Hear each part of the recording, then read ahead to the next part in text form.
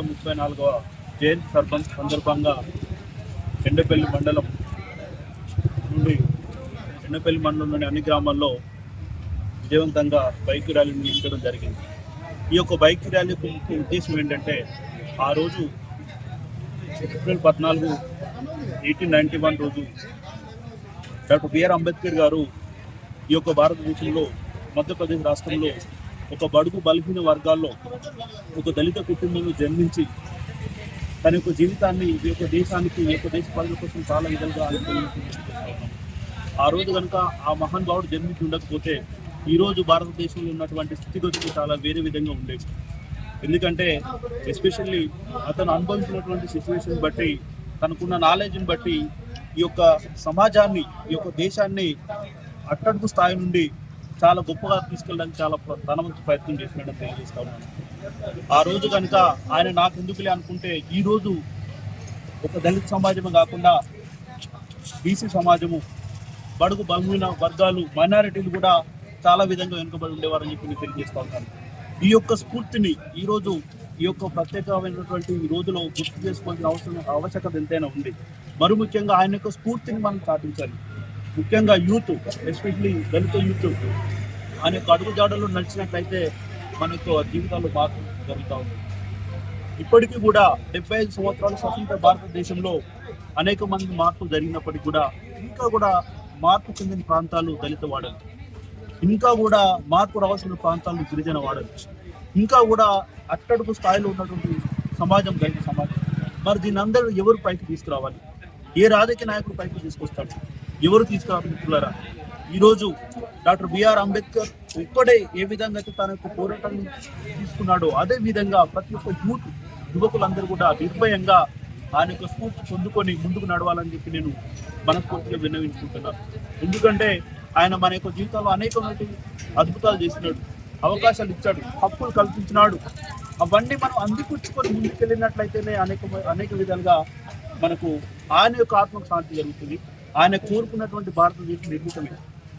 ఈరోజు భారతదేశం గొప్పగా అనుకుంటే అట్టడుగు సమాజం నుండి బయటకు వచ్చి అట్టడుగు వర్గాల నుంచి వెళ్ళి ఒక మార్పు తీసుకొచ్చినట్లయితేనే అది గొప్ప సమాజంగా ఒక అభివృద్ధి చెందిన భారతదేశంలో మనం చూడగలుగుతాం. అంతేకాని ఏదో కొన్ని ప్రాంతాలు, ఏదో కొంత సమాజం, కొద్ది మంది మాత్రమే డెవలప్ అయ్యి మిగతా వాళ్ళు డెవలప్ కాకపోతే అది అసంపూర్ణంగా ఉంటుంది, అసమానతలకు దారితీస్తూ ఉంటుంది. ఇప్పటికి కూడా అనేకమైన ప్రయత్నాలు, పోరాటాలు చేసిన పరిస్థితులు వచ్చేసి ఈరోజు మనం పోరాటం చేసిన అవసరం మనకు లేదు. ఈరోజు మనం కొట్లాడి సాధించుకోవాల్సిన అవసరం లేదు. ఎందుకంటే ఆ రోజే మన కోసం ఆ కాన్స్టిట్యూషన్ రచించి అనేకమైనటువంటి హక్కులు కల్పించి అనేకమైనటువంటి అవకాశాలు కల్పించి ఆయన మనకు అందించినాడు. కానీ దాన్ని తెలుసుకోకుండా ఈ రోజు కూడా మనం పోరాటం చేసిన పరిస్థితి ఏర్పడింది. అట్లా కాదు మిత్రులారా, అలాంటి సమాజం నిర్మాత కావాలంటే మనందరిలో ఒక మార్పు తీసుకురావాలి. ఎస్పెషల్ యూత్ కూడా చాలా మార్పు అవసరం. ఏ మార్పు అయితే మాకు సాధ్యమవుతుంది? ముఖ్యంగా 3 విధాల నుంచి చెప్పగలుగుతాను. ప్రత్యేకంగా ఏంటంటే విద్యా రంగంలో మనం మార్పు తీసుకున్నట్లయితే జీవితంలో మార్పు జరుగుతూ ఉంటుంది. First of all education is most important for any development. Personal development తీసుకున్నట్లయితే విద్య ఉంటేనే ఈరోజు ఫస్ట్ మార్పు అవుతుంది. దాని తర్వాత ఏంటి? ఆర్థికంగా నువ్వు సంపాదించాలంటే విద్య అవుతుంది. ఈరోజు ఆర్థికంగా చదువుకున్న కూడా సంపాదిస్తున్నారు, బట్ అది ప్రభుత్వం కరెక్టే కావచ్చు. అయినప్పటికీ కూడా నాలెడ్జ్ అండ్ ఎడ్యుకేషన్ 2 ఈక్వల్ ఉన్నప్పుడే ఒక మనిషి యొక్క జీవితంలో సార్థకత కనబడుతూ ఉంటుంది. ఒక సమాజానికి మనం ఒక దారి చూపించిన వాళ్ళు అవుతాం. ఆ రోజు అంబేద్కర్ గారు ఎడ్యుకేషన్ మెయిన్ పట్టుకొని ముందుకెళ్ళాడు. ఆయన ఒక మన భారతదేశంలో కాదు, ప్రపంచం మేధావి. ఆయన is the world recognised person, చాలా knowledge person. Today the 14th April is the world knowledge day. ఈరోజు అమెరికాలో కూడా చాలా ఘనంగా జరుపుకుంటా ఉన్నారు. ప్రపంచ దేశాలన్నీ కూడా ఆయన కొనియాడుతూ ఉన్నాయి. దురదృష్టకరమైన విషయం ఏంటంటే మన భారతదేశంలో చాలా వెనుకబడి ఆయనకు అనేక రకాలుగా కొన్ని చోట్ల అవమానం జరుగుతూ ఉంది. అవన్నీ మనం ఖండించాలి. ఈరోజు అవన్నీ ఖండించాలంటే మన సమాజం ముఖ్యంగా ఒక గొప్ప మార్పు తీసుకొచ్చి ఎడ్యుకేషన్లో ముందుకు రావాలి, అదేవిధంగా ఆర్థిక పరంగా ముందుకు రావాలి, తర్వాత రాజకీయ పరంగా ముందుకు రావాలి. ఈ 3 అంశాల మీద కనుక కాన్సన్ట్రేషన్ చేసి ఒక్కొక్క దాని మీద మనం పట్టు సాధించుకుంటూ ముందుకెళ్ళినట్లయితే మన తర్వాత వచ్చే సమాజం చాలా బాగుపడుతుంది. గర్వంగా చెప్పుకుంటాం. మన ఒక్కరు చదువుకుంటే సరిపోదు, ఒక్కరే ఎడ్యుకేషన్ ఉంటే సరిపోదు. ఈరోజు ఆర్థికంగా ఉండాలి, ఎడ్యుకేషన్ ఉన్నది, ఆర్థికంగా ఉన్నది, కానీ మీకు రాజకీయ బలం లేకపోతే మరియు వేస్ట్. ఈ 3 రంగాలను కనుక మనం ఒక రకంగా కంట్రోల్ తీసుకున్నట్టయితే మన జీవితంలో మార్పు అనేది ఖచ్చితంగా జరుగుతుంది. నేను మన యూత్ అందరికీ ఒకటే తెలియజేస్తా ఉన్నాను, చదవండి, మంచి నాలెడ్జ్ గెయిన్ చేయండి, చాలా అవకాశాలు ఉన్నాయి మనకు. ఎవడో విద్యానికి ఎవరి సుఖ ఈరోజు విద్యాన్ని ఎవరైనా ఒక్కరికి సంబంధించిందా? విద్య అనేది ప్రతి ఒక్కరి హక్కు, మన ప్రాథమిక హక్కు విద్య అనేది. కాబట్టి ఆ విద్యను మనం ముందు సంపాదించినట్లయితే ఆటోమేటిక్గా ఆర్థిక స్వావలంబన కోసం మనం ముందడుగు వేసిన వాళ్ళం.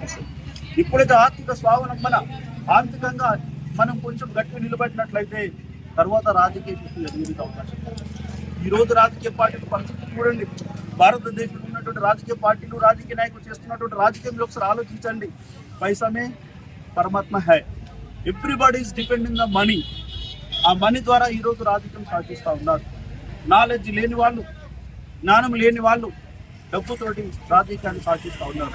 ఆ రాజకీయం చేయబట్టి ఈరోజు దేశం యొక్క ఒక విలేజ్ నుంచి ఎగ్జాంపుల్ తీసుకున్నట్లయితే, ఒక విలేజ్ లో కూడా ఒక మంచి ఎడ్యుకేటెడ్, ఒక మంచి జ్ఞానవంతుడు, ఒక మంచి పర్సన్ గా ఇంకా ఉన్నట్లయితే ఆ విలేజ్ డెవలప్మెంట్ అవుతుంది. అదేవిధంగా ఒక మండలం, ఒక జిల్లా, ఒక రాష్ట్రం, ఒక దేశం, ఈ యొక్క రాజకీయ ప్రక్షాళనలో మనం అందరం ముందుకు ఉండాలి అంటే ముందు జ్ఞానం సంపాదించండి. జ్ఞానం అంటే కేవలం బుక్ చదివి పిహెచ్డి చేస్తేనే కాదు, లౌకిక జ్ఞానం అవసరం. ఒక బుక్ నాలెడ్జ్ కాకుండా మంచి రాజకీయ పలుకుబడి ఉండి మంచి జ్ఞానం ఉన్నట్టయితే ఆటోమేటిక్గా రాజకీయం ఎదుగుతారని చెప్పి నేను తెలియజేస్తున్నాను. కాబట్టి ఈ యొక్క గొప్ప దినాన్ని పురస్కరించుకొని నేను చెప్పే మన దళితులకి, ఎస్పెషల్లీ దళితులకు ఒక విన్నవిస్తున్నాను, మీరు ఎడ్యుకేషన్ పరంగా నెగ్లెక్ట్ చేయకండి, విద్యా పరంగా ముందుకు రండి.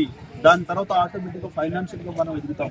ఫైనాన్షియల్గా ఎప్పుడైతే ఎదుగుతామో ఆటోమేటిక్గా నెక్స్ట్ ఎపిసోడ్ రాజకీయ రంగ ప్రవేశం చేసినప్పుడు ఖచ్చితంగా మన హక్కులు మనం పొందుతాం. మన హక్కుల కోసం మనం పోరాటం చేసిన అవసరం లేదు. It is our birth right. మనం దాన్ని ఖచ్చితంగా మనం సాధించి మన జాతికి, మన వచ్చే తరాలకు ఒక మంచి దేశాన్ని, ఒక మంచి భవిష్యత్తు మనం నిర్మించడం వల్ల అవుతామని తెలియజేస్తాం. కాబట్టి మరొకసారి మీ అందరికీ కూడా డాక్టర్ బిఆర్ అంబేద్కర్ యొక్క జన్మదిన శుభాకాంక్షలు తెలియజేస్తూ, ఇక్కడ ఉన్నటువంటి మిత్రులందరికీ కూడా మరొకసారి పేరు వరుసన డాక్టర్ బిఆర్ అంబేద్కర్ గారి 134వ జన్మదిన శుభాకాంక్షలు తెలియజేస్తూ, ఇదే స్ఫూర్తిని మీరందరూ ముందుకు తీసుకెళ్లాలని, మరొక సంవత్సరం ఇంకా కొంచెం అద్భుతంగా మనం కార్యక్రమం నిర్మించుకొని మన యొక్క నాయకుడు, మన జాతి పిత ఆయనను మర్చిపోకూడదు. ఆయనను ప్రపంచ దేశాలు గుర్తించినప్పటికీ ఇంకా కూడా మన దేశంలో చాలా భయపడుతుంది. అలా కాకుండా ఆయనను మనం ముందుకు తీసుకెళ్ళి మన గుండెల్లో పెట్టుకొని మన భావి తరాలకు అతను చేసినటువంటి స్ఫూర్తిని తెలియజేస్తూ, మన భావి తరాలకు అతను చేసినటువంటి మంచితనాన్ని వివరిస్తూ మనలో మార్పు తీసుకొచ్చి మన సమాజాన్ని కూడా మార్చుకొని ముందుకెళ్లాలని చెప్పి మరొకసారి మీ అందరికీ కూడా డాక్టర్ బిఆర్ అంబేద్కర్ గారి జన్మదిన శుభాకాంక్షలు తెలియజేస్తూ సెలవు తీసుకుంటున్నాను.